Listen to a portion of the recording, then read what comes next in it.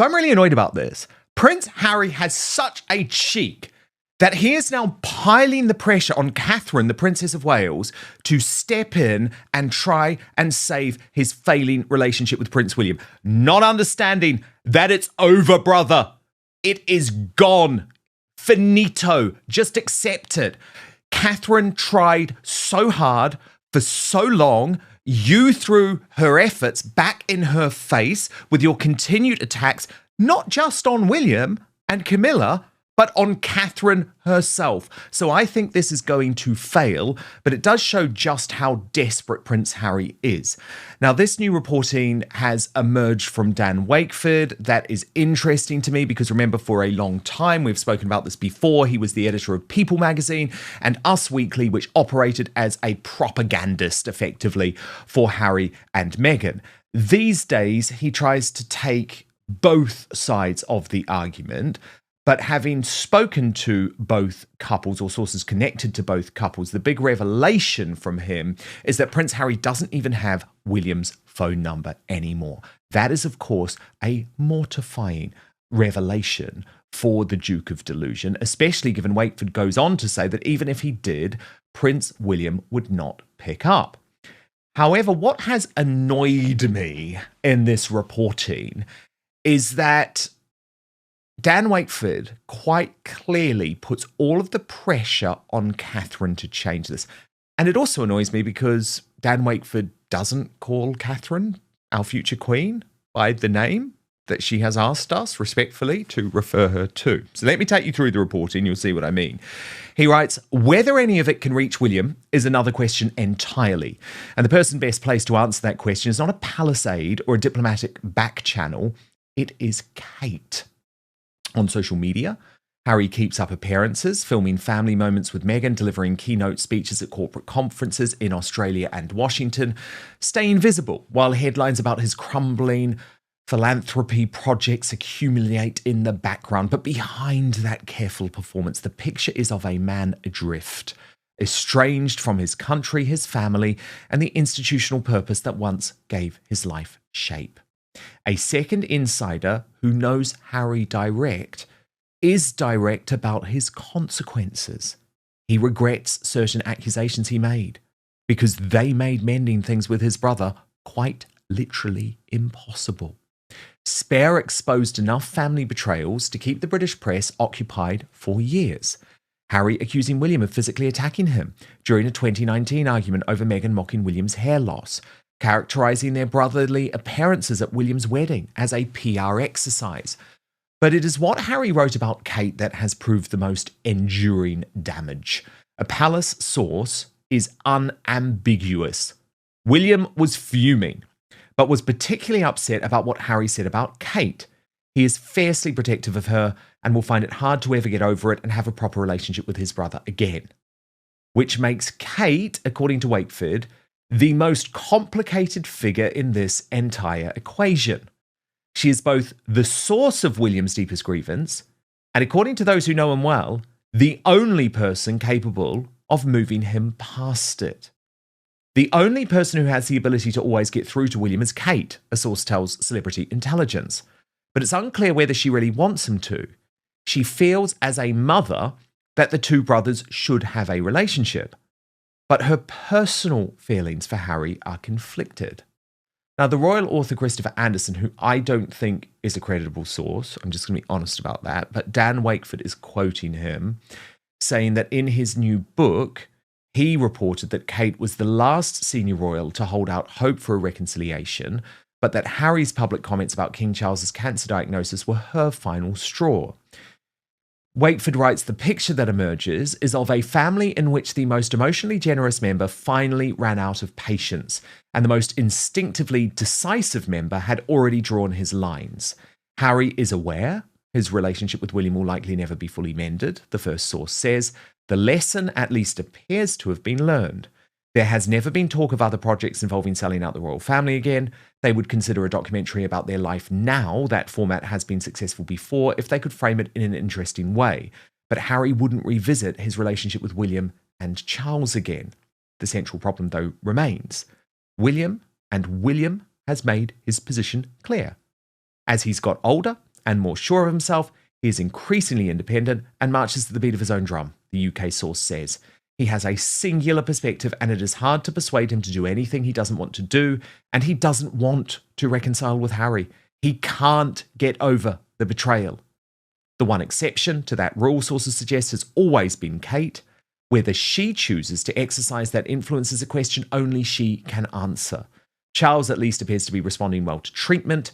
The 77-year-old announced late last year that his treatment schedule can be reduced in 2026, crediting early diagnosis and effective intervention. Buckingham Palace clarified that his cancer is not in full remission, but the ongoing measures have moved him into a precautionary phase. The news is encouraging, but it does not dissolve the urgency. A man who has faced a serious illness, whose treatment continues, whose cancer remains unresolved, has every reason to want his family in order before the window closes. So the situation is this. Harry is waiting for a call William has already decided not to make. Charles, the king, the father, the man nominally in charge of this institution, is reduced to dispatching a deputy secretary to repair what his sons destroyed. A channel of communication has been quietly opened between aides. A games in Birmingham has already been planned around the hope of a public father and son moment. And somewhere in Montecito, a prince is watching his brother thrive and wondering when or whether the phone will ring. And at the center of it all, the woman who could perhaps change everything is weighing her own hurt against her instinct as a mother and has not yet decided which will win. Harry left to be free. What he appears to have found instead is that freedom without the family and the structure and the brother he left behind looks a great deal like being lost. Paula Frolic of Paula Frolic Uncensored on YouTube and Substack joins me now. So, Paula, we have discussed before how Dan Wakeford is not a completely reliable narrator in all of this, given for many years he was very much the propaganda chief of Prince Harry and Meghan Markle. But you know my view on these stories is that we need to discuss them, we need to analyze, we need to be honest about what the sourcing is, and then we need to actually work out how much of what he is saying is fair. And I don't know about you, but what has sort of annoyed me about this is that it, again, is piling the pressure on Catherine, who really has done nothing wrong during all of this and found herself completely unfairly attacked. And this idea that in some way it's her responsibility to sort this situation out, I just don't really feel it is. Do you? No, I agree with you 100%, Dan. First of all, I'm not sure what's new in this article. I wrote a year ago that everyone knows they haven't had their phone numbers. Everyone knows that there is to be no contact. I wrote a year ago that Catherine had thrown up her hands and said, you know what, I'm done. This is on you, Harry. And perhaps the only really annoying thing that is semi-new in this is that you are correct, that Harry is once again going through back channels, putting the onus on someone else to kind of make the overtures. It's the same thing he did with King Charles a couple months ago when he let it be known through a source, wink, friend, wink, that, he would be happy to accept an invitation to Sandringham. But of course, he would only go if his wife and kids were there, and that Oh, yeah. And if if there's full he security knew paid for by people like me.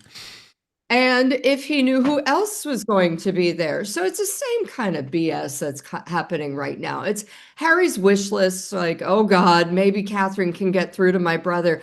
Catherine, can you do this? And doing it through sources, friends, whatnot.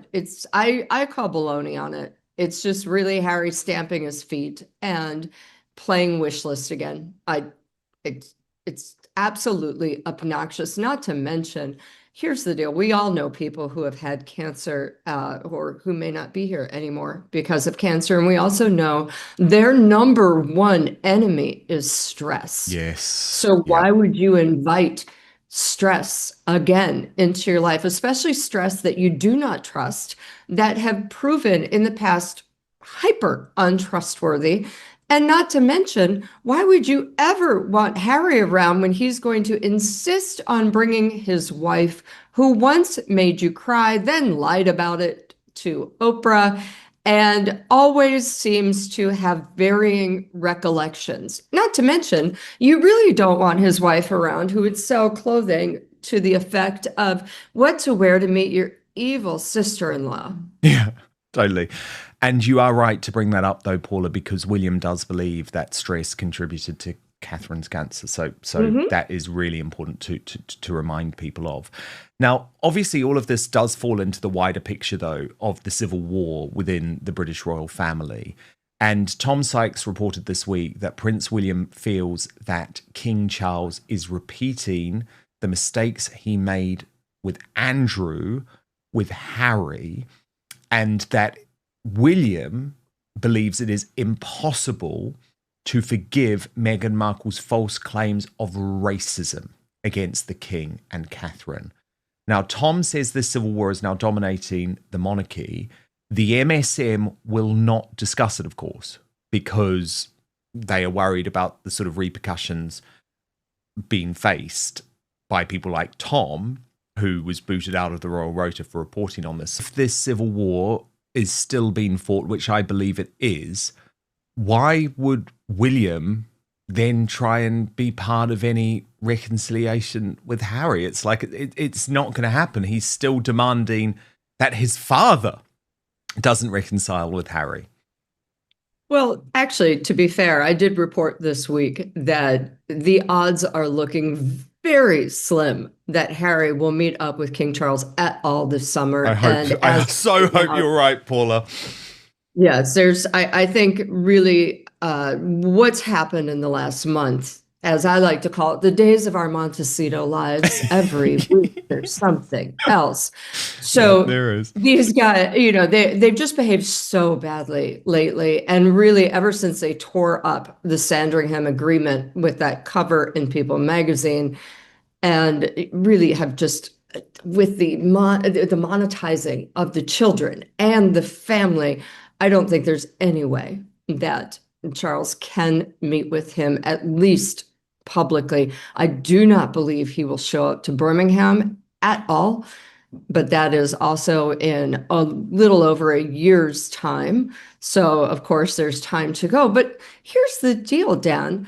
No way can William or Catherine ever be around Meghan again, because let's say I don't like you, okay, which of course I do, but let's say I don't like you and I have to be pleasant to you. But if you feel slighted because perhaps I'm not as effusive as you'd like me to be, then what are you going to do? Say I'm a racist?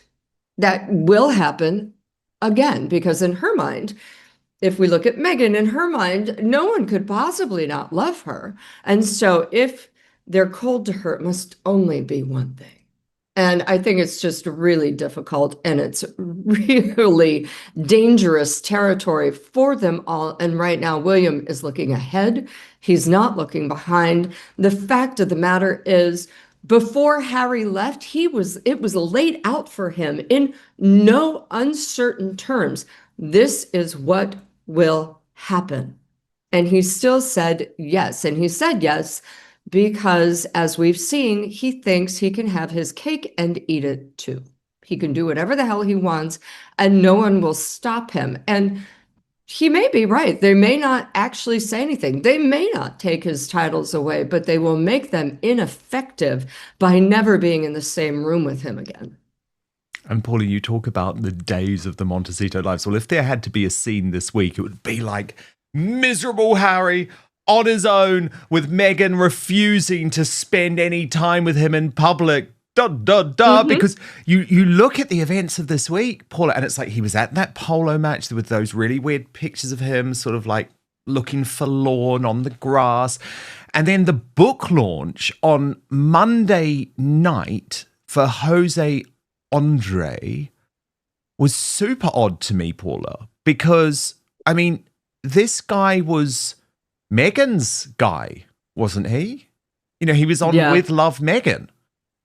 And yet he's going with a whole load of sort of like, I don't know, like, I don't know, maybe I'm being harsh, but like maybe B-listers like Wolfgang Park and Maria Shriver and, you know, like not mega stars at this book launch without Meghan. Very odd. And, she's done a lot of work with his his World Kitchen.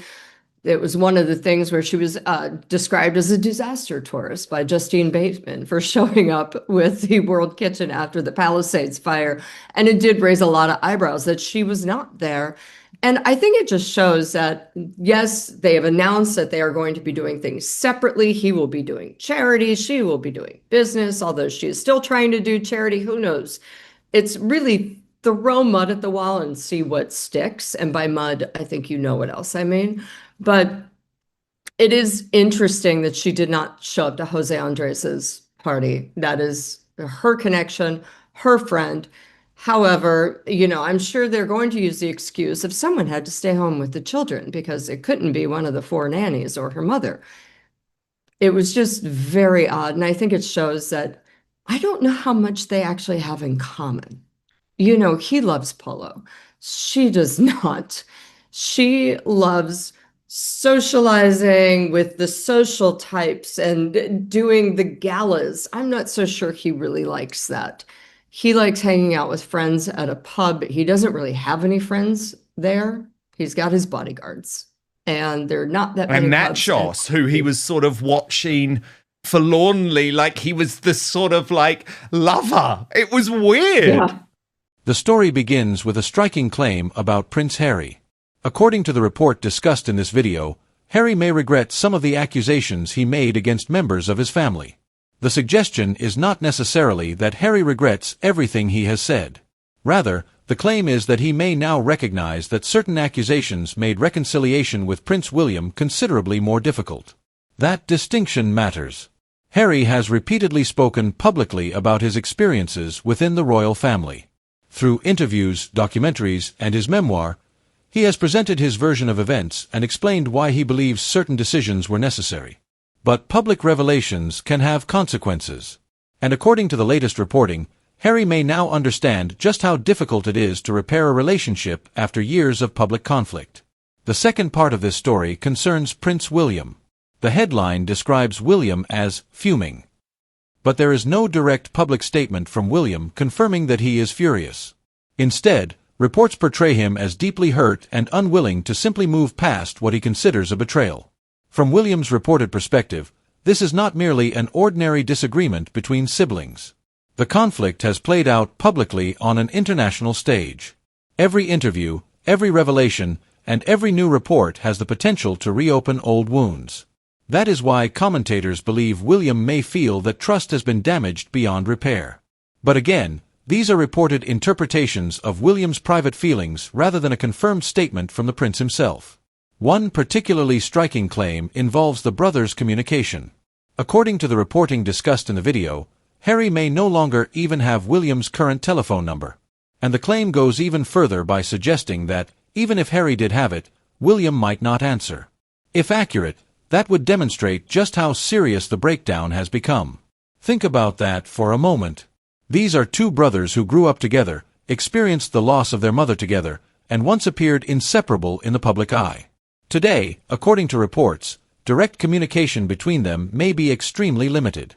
That is a remarkable transformation. And this is where Princess Catherine enters the story. Catherine has frequently been portrayed as someone who has maintained a relatively close relationship with both brothers. For that reason, some commentators believe she could potentially act as a bridge. The idea is straightforward. If William does not want direct communication with Harry, perhaps Catherine could help create an opening for a conversation. But that raises another question. Should she have to?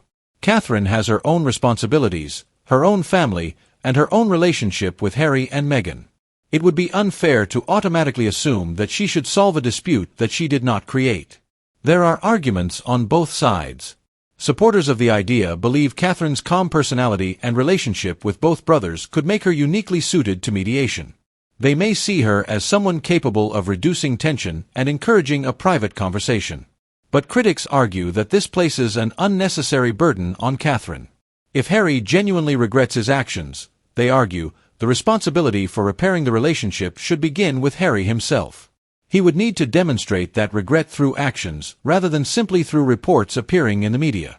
That could mean acknowledging the damage caused, respecting William's boundaries, and this is where we need to be particularly careful with the headline. The phrase, Harry demands Princess Catherine step in, sounds as though Harry has directly issued a demand to Catherine. But the material discussed here does not establish that. Instead, Catherine is being presented as a potential intermediary in the broader discussion about reconciliation. For William, according to the reports, the problem may be the combination of private disagreements becoming public, repeated criticism, and the perception that family matters were discussed in front of a worldwide audience. From Harry's perspective, however, he has repeatedly argued that he was telling his own story and explaining experiences that profoundly affected his life. These two perspectives can exist simultaneously. Harry can believe he was telling his truth, while William can still feel deeply hurt by the way those experiences were presented. That may be one of the biggest obstacles to reconciliation. Another complication is the enormous amount of media attention surrounding the brothers. Every reported conversation becomes a headline. Every photograph is analyzed. Every anonymous source can trigger another round of speculation. And when one side is reported to be willing to reconcile while the other is reportedly refusing, the pressure becomes even greater. A private family conversation becomes a global story before the family members have even had a chance to speak privately. That makes genuine reconciliation incredibly difficult. The reports suggesting that Harry regrets some of his previous accusations may indicate something important. Perhaps Harry now understands that the conflict has gone too far. Perhaps he wants a better relationship with his brother. Perhaps he wants his children to have a relationship with their cousins. Or perhaps he simply wants to reduce the hostility surrounding his family. Whatever the motivation, regret only becomes meaningful when it leads to action. And that brings us back to the question of who should make the first move. There is also another side to this story that should not be ignored. If Harry genuinely regrets what happened, does that mean William is obligated to forgive him? Absolutely not. Forgiveness cannot be demanded. Reconciliation requires both people to participate. William would have the right to decide whether he is ready to reopen communication. He would also have the right to establish boundaries if he believes those boundaries are necessary. That does not necessarily mean permanent hatred. Sometimes people need distance before they can have a productive conversation.